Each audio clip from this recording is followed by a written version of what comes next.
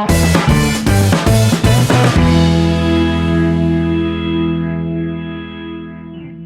Friends, आज मैं इस वीडियो में आपको एक नए वायरस के बारे में बताऊंगी जिसका जन्म फिर से चीन में हुआ है। चीन में चमगादड़ से फैले कोरोना के बाद कभी सुअर तो कभी चूहे के कारण फैलने वाले संक्रमण लोगों को डराते रहे। अब चीन का ताजा मामला टिक्स के कारण फैलने वाले वायरस का है। अब लोगों में ये आशंका बन रही है कि क्या ये टिक्स वायरस कोरोना वायरस की तरह ही है? क्या ये भी संक्रमण पूरी दुनिया को अपने चपेट में ले लेगा? ये वायरस चीन से चिढ़ की वजह बन रहा है वहाँ के एक के बाद एक वायरस का फैलना। जब से कोरोना वायरस के संक्रमण ने पूरी दुनिया को अपनी चपेट में लिया है, तब से चीन के प्रति लोगों में लगातार नकारात्मक भावनाएं बढ़ रही हैं, क्योंकि पूरी दुनिया में अब तक कई लाख लोग इस वायरस के संक्रमण के कारण अपनी जान से हाथ धो चुके हैं। इसके बाद भी कभी सुअर तो कभी चूहे के कारण फैलने वाले वायरस की खबरें आती रहीं।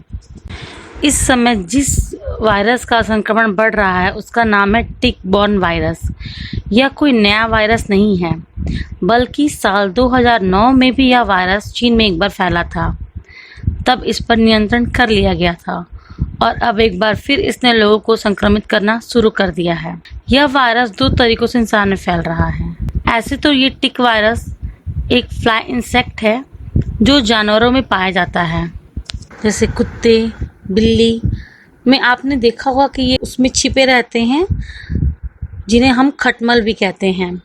ठीक है, तो ये जो है कुत्ते और बिल्लियों में होते हैं। कभी कभी भैंस, गाय वगैरह पे भी ये पाए जाते हैं। खटमल होते हैं, ये ह्यूमन बॉडी के ब्लड को शक करते हैं, यानी कि चूसते हैं। इसी दरमियान वो कई तरह के वायरस और बैक्टीरिया को कैरी करते हैं और फिर वही वायरस इंसान की बॉडी में एंटर करता है। ऐसे तो टिक मतलब खटमल होता है, लेकिन ये इतना बहुत ज़्यादा जहरीला नहीं होता है।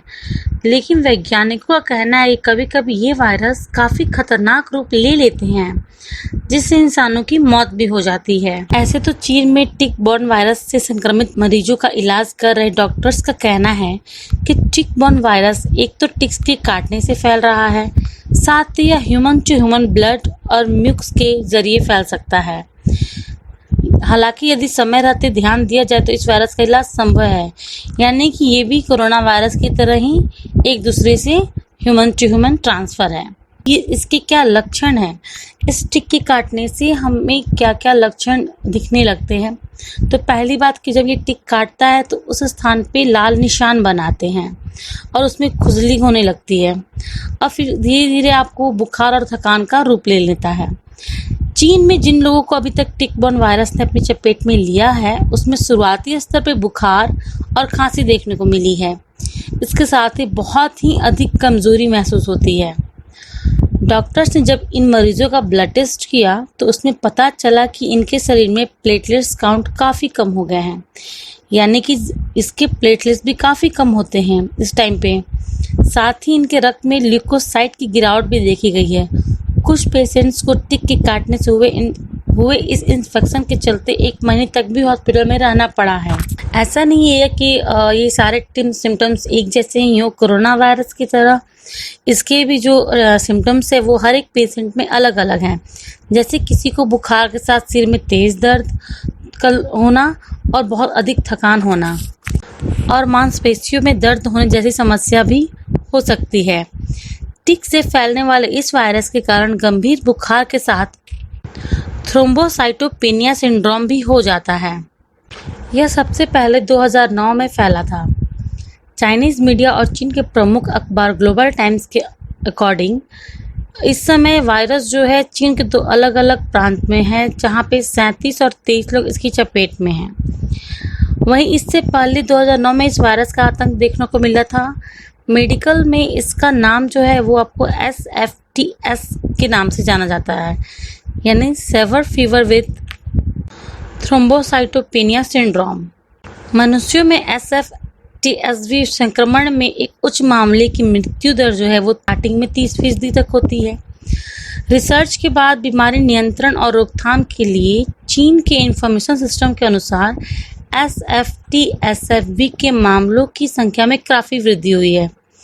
इस समय मामले की जो घातक दर है वो 10 से 16% है। इसके अलावा आपको जापान और दक्षिण कोरिया सहित पड़ोसी देशों में भी इस वायरस को फैलने की आशंका है। जो भी चीन के पड़ोसी देश है उसमें ये फैलने की आशंका बहुत ज़्यादा है। यह 2015 में भी मृत्यु दर जो थी वो 30% थी। टाइम्स ऑफ इंडिया के मुताबिक जिगांसू की राजधानी नानजिया की एक महिला स्टिक बॉर्न वायरस से पीड़ित थी। उसमें बुखार, खांसी जैसे लक्षणों की शुरुआत हुई। डॉक्टरों ने उसको शरीर के अंदर ल्यूकोसाइट और ब्लड प्लेट्स की गिरावट देखी। हालांकि 1 महीने बाद उसे अस्पताल से छुट्टी दे दी गई थी। लेकिन जो हमारे साइंटिस्ट है, जो वायरोलॉजिस्ट हैं, उनका कहना है कि ये एक तरह की टिक के काटने से फैला हुआ है।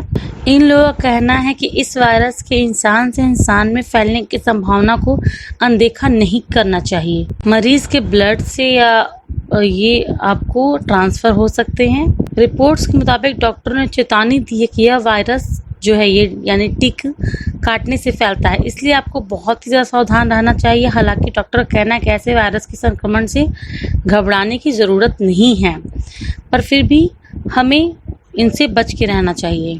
तो अब टिक वायरस से बचने के लिए हमें क्या करना चाहिए? जैसा कि ये वायरस जो है वो जानवरों में पाया जाता है, तो उससे हमें बचने के लिए पहले तो जानवरों से दूरी बनाए रखनी चाहिए। जैसे अगर हमारे घर में पालतू कुत्ते और बिल्लियां हैं तो उनसे ये टिक निकाल देना चाहिए और फिर डॉक्टरों से कंसल्ट करनी चाहिए। और जितना हो सके हमें जानवरों से बहुत ही ज़्यादा दूर रहने की ज़रूरत है। तो इस तरीके से हम टिक वायरस से बच सकते हैं। और अगर हमें ये वायरस अटैक करता भी है और जो सिम्टम्स हमें नज़र आते हैं तो हमें तुरंत से तुरंत डॉक्टर से कंसल्ट कर लेना चाहिए। तो आपको ये वीडियो कैसा लगा कमेंट करके बताएं। प्लीज़ हमें सब्सक्राइब और लाइक ज़रूर करें। धन्यवाद।